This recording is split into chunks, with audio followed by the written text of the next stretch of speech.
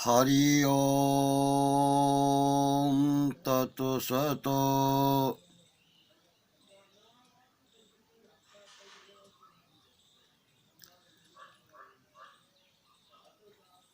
आज की कथा में गीता जी में भगवान श्री कृष्णचंद्र आनंद कंद घन गुरु के विषय में जहाँ जहाँ अर्जुन को उपदेश दिया है वह प्रसंग है। गृहस्थस्य कृष्णस्य कृपासतां च सर्वत्र सर्वेषु च विद्यमाना यावन्नतान् श्रद्धते मनुष्यस्तावन्न साक्षात् कुरुते स्वबोधम्। अर्जुन हरदम भगवान श्री कृष्ण के ही साथ रहते थे। भगवान के साथ ही भोजन पानी, उठना बैठना, सोना जागना सब होता था। लेकिन इसके बावजूद भी भगवान श्री कृष्ण ने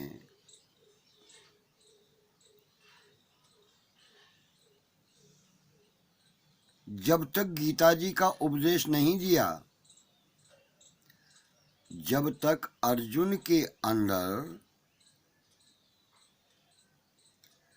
अपने श्रेय यानी कल्याण की भावना जागृत नहीं हुई, उद्धार की इच्छा जागृत हो जाने पर ही यच्छ्रेयः स्यान्निश्चितं ब्रूहि तन्मे। दूसरे अध्याय के 7वें श्लोक में ऐसी इच्छा जागृत होने के बाद अर्जुन अपने को भगवान का शिष्य मानते हैं और भगवान के शरण होकर भगवान से शिक्षा देने के लिए प्रार्थना करते हैं। अर्जुन कहते हैं, शिष्यस्य तेहं शाधिमां त्वं प्रपन्नम। दूसरे अध्याय के 7वें श्लोक में इस प्रकार कल्याण की इच्छा जागृत होने के बाद अर्जुन ने अपने को भगवान का शिष्य मानकर शिक्षा देने के लिए भगवान से प्रार्थना की।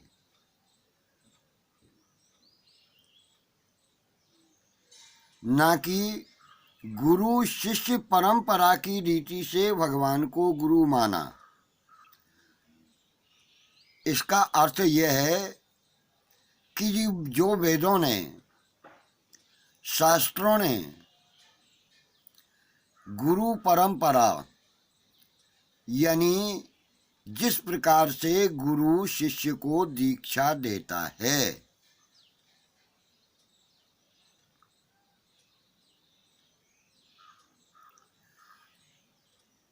तो उस परंपरा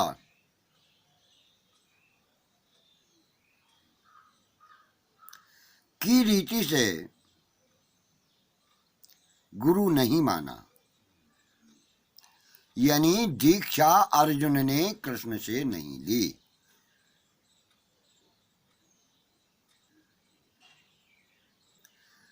इसका तात्पर्य यह है, जो कल्याण की हित की एक भी बात कहे वह गुरु की श्रेणी में आता है, भले ही वह बालक ही क्यों ना हो। भगवान ने भी शास्त्रों की पद्धति यानी नियम के अनुसार अर्जुन को शिष्य बनाने के बाद, गुरु मंत्र देने के बाद, सिर पर हाथ रखने के बाद उपदेश दिया हो, ऐसा भी नहीं किया। इससे सिद्ध होता है कि पारमार्थिक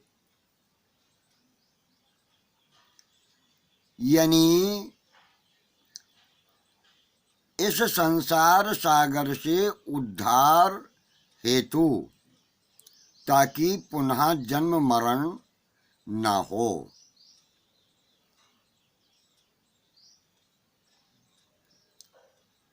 उस हिसाब से गुरु शिष्य का संबंध जोड़ना आवश्यक नहीं है। प्रत्युत अपनी तीव्र जिज्ञासा, जिज्ञासा कहते हैं लालसा, इच्छा,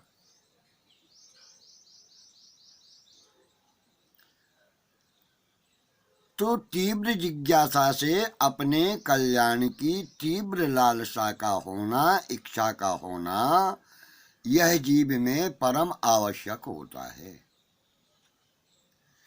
अपने उद्धार की मजबूत लगन होने से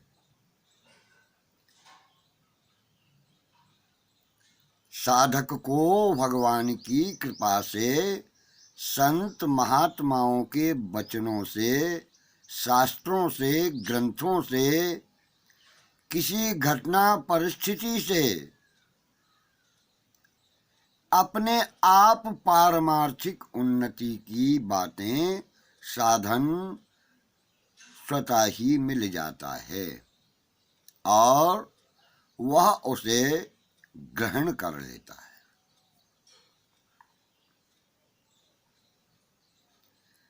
गीता बाह्य विधियों को,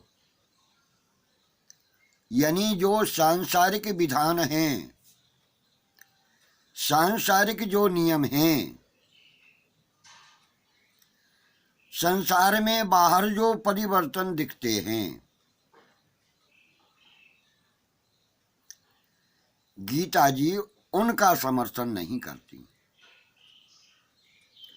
जितना आदर की गीता जी में अंतर आत्मा के भावों को, विवेक यानी बोध ज्ञान को, जिज्ञासा को यानी प्रबल इच्छा को, और इससे हट करके भी जो त्याग की भावना है, उसको गीता जी में दर्शाया है, उसको आदर दिया है। यदि गीता बाह्य विधियों को, बाहरी परिवर्तन को, गुरु शिष्य के संबंध को आदर देती, तो वह सब संप्रदायों के लोगों के लिए उपयोग में आने वाला नहीं होता। सभी संप्रदाय के लोग उसका आदर नहीं करते। गीता जिस संप्रदाय की विधि नियम का वर्णन करती, केवल उसी संप्रदाय की ही मानी जाती। फिर गीता प्रत्येक संप्रदाय के लिए उपयोगी नहीं होती, कल्याणकारी नहीं होती। और गीता जी के पठन पाठन यानी पढ़ना और पढ़ाना, मनन करना, मन में उनके वाक्यों पर विचार करना, चिंतन करना, सोचना आदि में सभी संप्रदाय वालों की रुचि भी नहीं होती। परंतु गीता का उपदेश सार्वभौम है, यानी विश्व कल्याणार्थ है, विश्व के लिए है।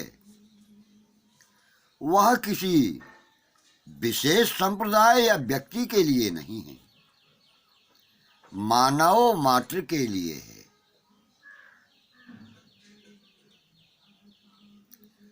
क्योंकि मानव तन गुण ज्ञान निधाना, सभी योनियों के लिए इसलिए नहीं बताया गीता जी में कि सारी योनियों में केवल उतना ही ज्ञान रहता है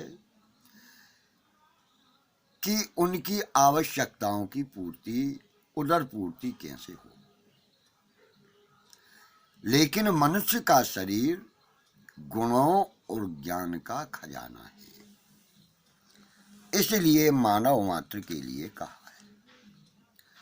गीता ने ज्ञान के प्रकरण में प्रणिपातेन परिप्रश्नेन,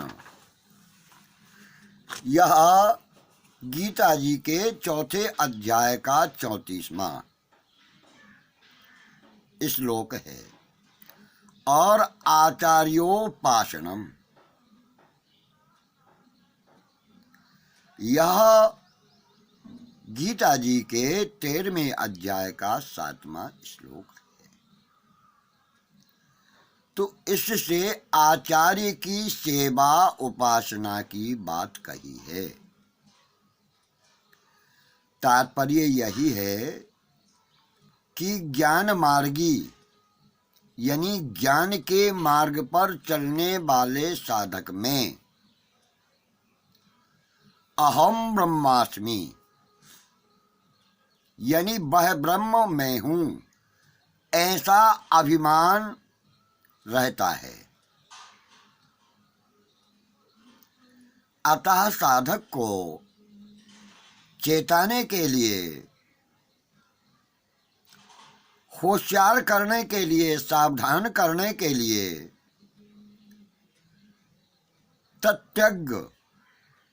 तत्वज्ञ यानी ब्रह्म की ओर संकेत है।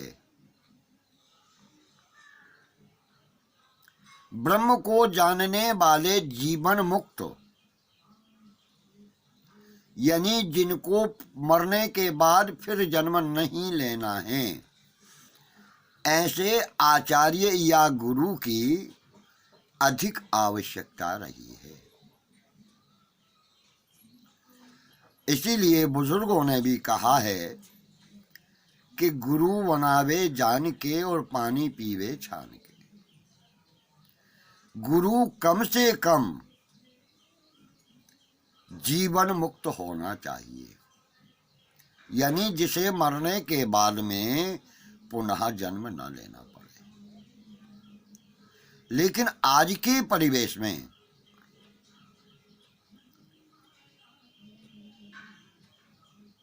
यह पहचान होना संभव नहीं। यह सत्य है कि पृथ्वी किसी चीज से निर्वीज नहीं होती। ऐसे भी तपस्वी जीवन मुक्त गुरु आज भी है, लेकिन उनको कैसे पहचान सके? केवल मनुष्य के हाथ में इतना है कि गुरु देखने में, अनुभव में सदाचारी हो, कर्मनिष्ठ हो, ईश्वर के प्रति जिसकी भावना हो, कम से कम इतना हो। अंदर किसी भी गुरु के अंदर घुस के नहीं देखा जा सकता कि इसकी वास्तविकता क्या है, क्योंकि आजकल अधिकांश गुरु नाम वाले ही मिलते हैं। पता चलता है कि गुरु महाराज के 5.5 करोड़ शिष्य हैं, जबकि ये बिल्कुल अनुचित है। क्योंकि जिस टाइम गुरु दीक्षा देता है, गुरु मंत्र देता है, उसी समय गुरु के पुण्यों का दशमांश शिष्य की ओर चला जाता है और शिष्य के किए हुए दुष्कर्मों का, गुरु के तो पुण्य जाते हैं, लेकिन शिष्य ने जो दुष्कर्म किए हैं उनका 10वां अंश गुरु को लग जाता है। अब गुरु जीवन मुक्त कहां से हो सकता है?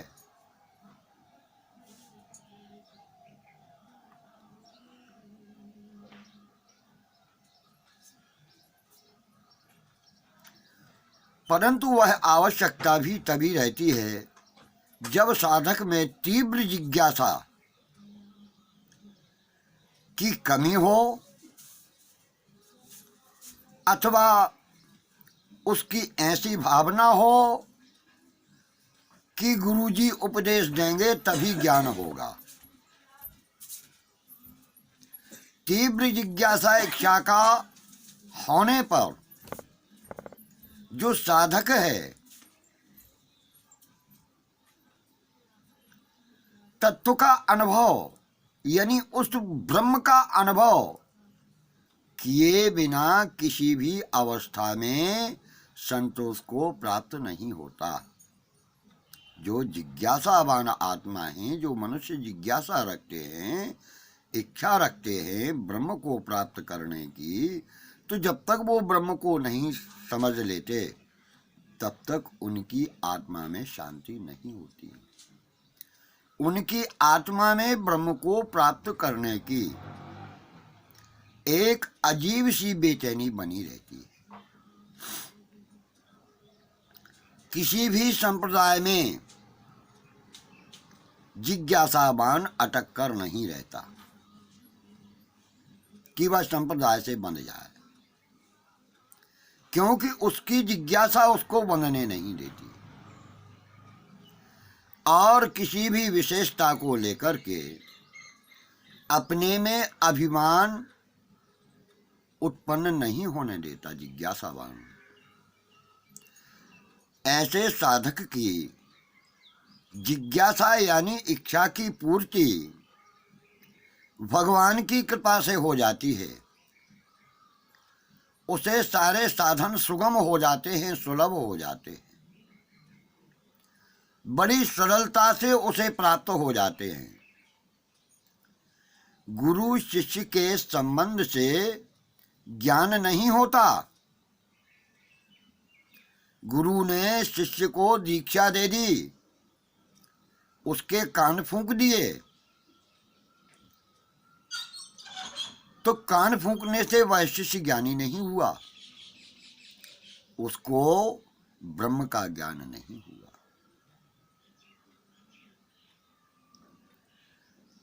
अधिकांश ऐसी ही बातें देखने में आती। वह एक रीति रूढ़ी मात्र बन करके रह गई है।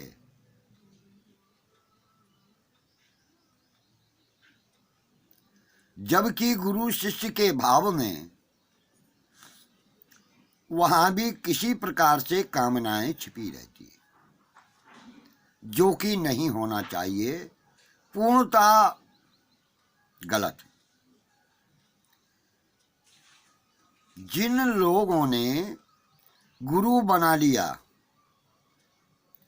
गुरु शिष्य का संबंध स्वीकार कर लिया, उन सबको ज्ञान हो गया हो ऐसा देखने में नहीं आता। लेकिन जिनके अंदर तीव्र जिज्ञासा, तीव्र इच्छा उस ब्रह्म को प्राप्त करने की होती है, वही उस ज्ञान को प्राप्त कर पाता है। ऐसा ही देखने में सुनने में आता है। तीव्र जिज्ञासा के लिए गुरु शिष्य का संबंध स्वीकार करना आवश्यक नहीं है। जो जिज्ञासा है, जो लगन है, जो इच्छा है, वह अंतर आत्मा में स्वतः उत्पन्न होती है। जब तक स्वयं की तीव्र इच्छा नहीं होती तब तक गुरु शिष्य का संबंध स्वीकार करने पर भी ज्ञान उत्पन्न नहीं होता।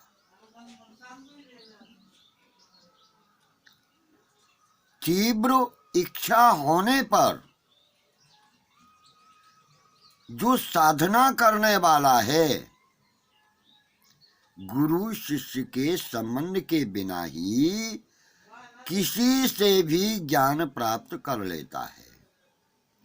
ये जरूरी नहीं है कि वह ज्ञान हमें दीक्षा गुरु से ही प्राप्त हो। तीव्र जिज्ञासा वाले साधक को भगवान स्वप्न में भी सुखदेव आदि जो पहले हो गए हैं ऐसे विभूतियों से संतों से मंत्र दिला देते हैं।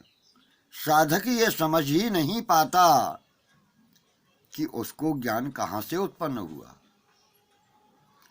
यह है हमारे प्रभु की असीम कृपा है।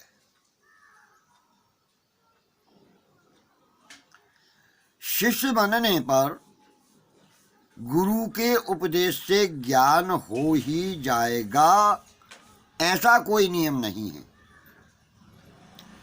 कारण कि उपदेश मिलने पर भी अगर स्वयं की साधक की स्वयं की इच्छा लगन नहीं होती तो शिष्य उस उपदेश को ग्रहण नहीं कर पाता, गुरु भले ही उपदेश दे दे। और यदि तीव्र इच्छा है, तीव्र जिज्ञासा है, तीव्र लालसा है, तीव्र श्रद्धा विश्वास है तो मनुष्य बिना किसी गुरु संबंध के स्थापित किए ही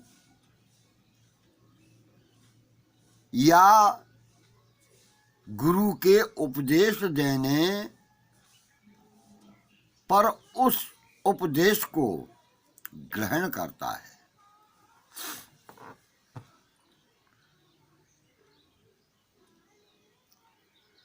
श्रद्धावान लभते ज्ञानम,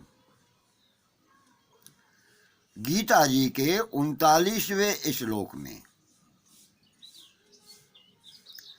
कि ज्ञान स्वयं की जिज्ञासा यानी लगन से ही प्राप्त होता है। गुरु बनाने मात्र से ज्ञान प्राप्त नहीं होता। यानी लगन जिज्ञासा होना बहुत आवश्यक है। अगर किसी को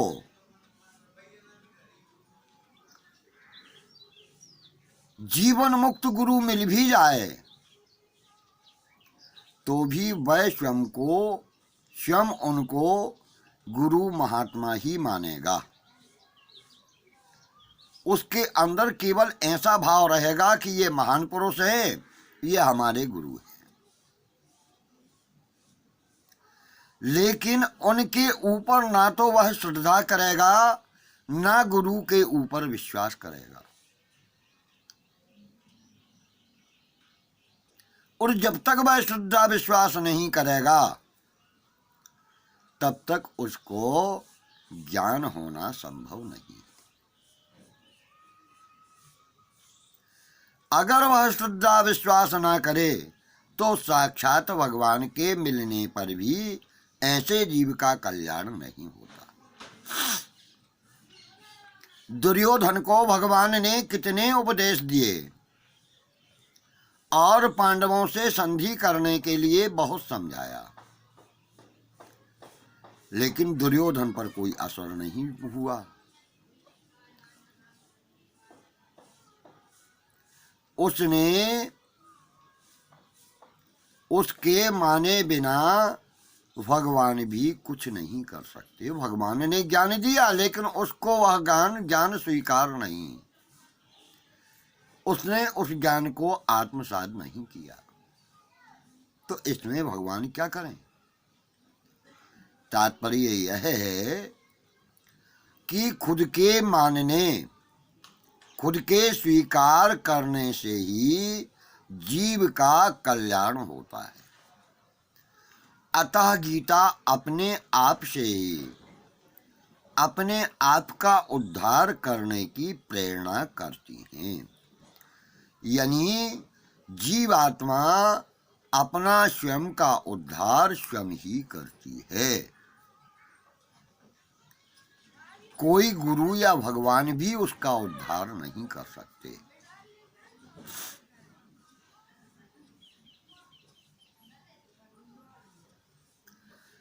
उद्धरेदात्मनात्मानम्,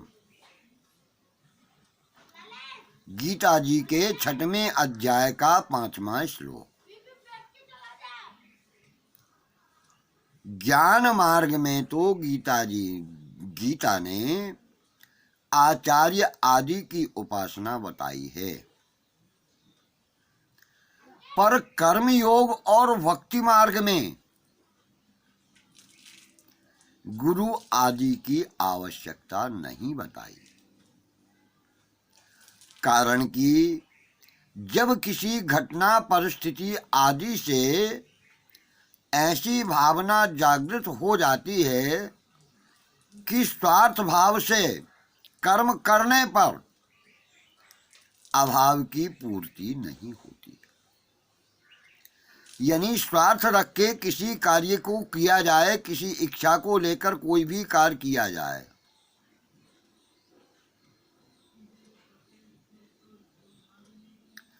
तो ऐसे व्यक्ति का जो अभाव है, जो कमियां हैं, वह कमियां कभी पूरी नहीं होती। एक कमी के पूर्ति होते ही उसको पुनः दूसरी कमी सामने दिखने लगती है कि ये और पूर्ति होना चाहिए। तो स्वार्थ भाव रखना ये पशुता है, मानवता नहीं है। जब मनुष्य स्वार्थ भाव का, इच्छाओं का त्याग करके सेवा भाव में लग जाता है, सेवा परायण होने से उस कर्म योगी को अपने आप स्वतः ही ज्ञान उत्पन्न होता है। ततः स्वयं योग संसिद्धि काले नात्मनि बिंदति, 4 अध्याय का 38वां श्लोक। कोई एक विलक्षण शक्ति है जिससे संपूर्ण संसार का संचालन होता है, यानी ऐसी कोई अदृश्य शक्ति है जिससे कि वो दिखाई तो देती नहीं है लेकिन पूरे संसार को चला रही है। उस शक्ति पर जब मनुष्य का विश्वास हो जाता है तब वह भगवान की तरफ चल पड़ता है, क्योंकि वह शक्ति भगवान ही है। भगवान में लगे हुए ऐसे भक्त के अज्ञान रूपी अंधकार का नाश भगवान स्वयं ही करते हैं, यानी उसका अज्ञान नष्ट करके भगवान उसको स्वतः ज्ञान दे देते। गीता जी के 10वें अध्याय का 11वां श्लोक। भगवान स्वयं उसका, जो ये संसार है ये मृत्यु रूप है, इसमें जन्म करके मरना ही पड़ता है। तो ऐसे संसार सागर से उसको पार भगवान ही करते। गीता जी के 12वें अध्याय का 7वां श्लोक। भगवान की यह एक विलक्षण उदारता, दयालुता ही है कि जो उनको नहीं मानता, भगवान का खंडन करता है कि भगवान नाम की कोई शक्ति भगवान नाम की है ही नहीं, तो वह क्या कहलाएगा? उसको नास्तिक कहते हैं। उसके भीतर भी यदि तत्व को यानी ब्रह्म को, अपने स्वरूप को, कि मेरे शरीर के अंदर ऐसी कौन सी शक्ति है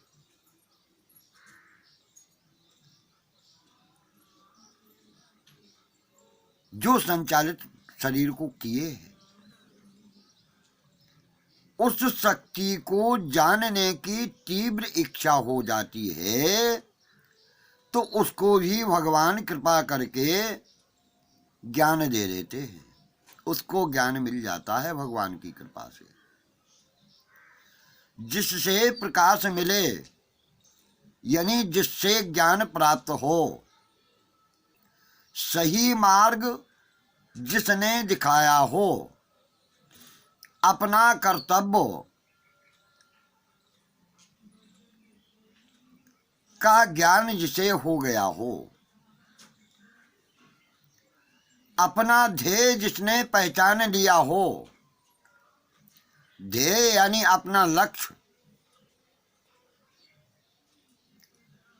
वह गुरु तत्व है। वह गुरु तत्व सबके भीतर विद्यमान है। वह ज्ञान सभी के अंदर है।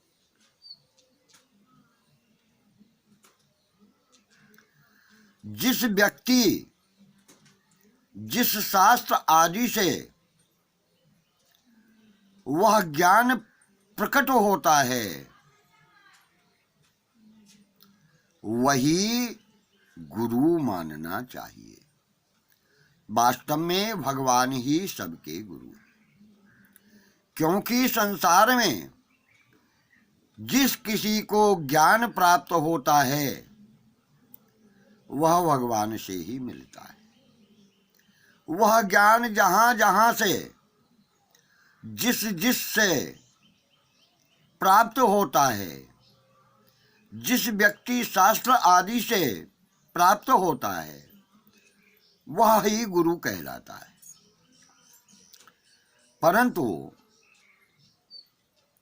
मूल में भगवान ही सबके गुरु है। भगवान ने गीता जी में कहा है कि मैं ही सब प्रकार से देवताओं और महर्षियों आदि का, सबका उत्पन्न करने वाला, सबका संरक्षण करने वाला और सबको ज्ञान देने वाला शिक्षक हूं। अहमादिरिहि देवानाम महर्षीणाम च सर्वशः। गीता जी के 10वें अध्याय का दूसरा श्लोक। अर्जुन ने भी विराट रूप भगवान की स्तुति करते हुए कहा कि हे भगवान, आप ही सबके गुरु हैं। गरीयसे गुरुर्गरीयान, तो गरीयसे गीता जी के 11वें अध्याय का 37वां श्लोक और गुरुर्गरीयान गीता जी के 11वें अध्याय का 43वां श्लोक। अतः साधक को गुरु की खोज करने की आवश्यकता नहीं है। उसे तो कृष्णम वंदे जगद्गुरुम के अनुसार भगवान कृष्ण को ही गुरु और उनकी वाणी गीता को मंत्र उपदेश मान करके उनकी आज्ञा के अनुसार साधना में लग जाना चाहिए, साधना प्रारंभ कर देनी चाहिए। यदि भगवान को लौकिक दृष्टि से, सांसारिक दृष्टि से गुरु की आवश्यकता पड़ेगी, यदि साधक को लौकिक दृष्टि से, सांसारिक दृष्टि से ऐसा लगता है कि नहीं, मुझे गुरु की आवश्यकता है, तो वे जगत गुरु अपने आप उस साधक को गुरु से मिला देंगे, क्योंकि वे भक्तों का योगक्षेम वहन करने वाले हैं। योगक्षेमम वहाम्यहम्, 9वें अध्याय का 22वां श्लोक। हरि ओम तत्सत।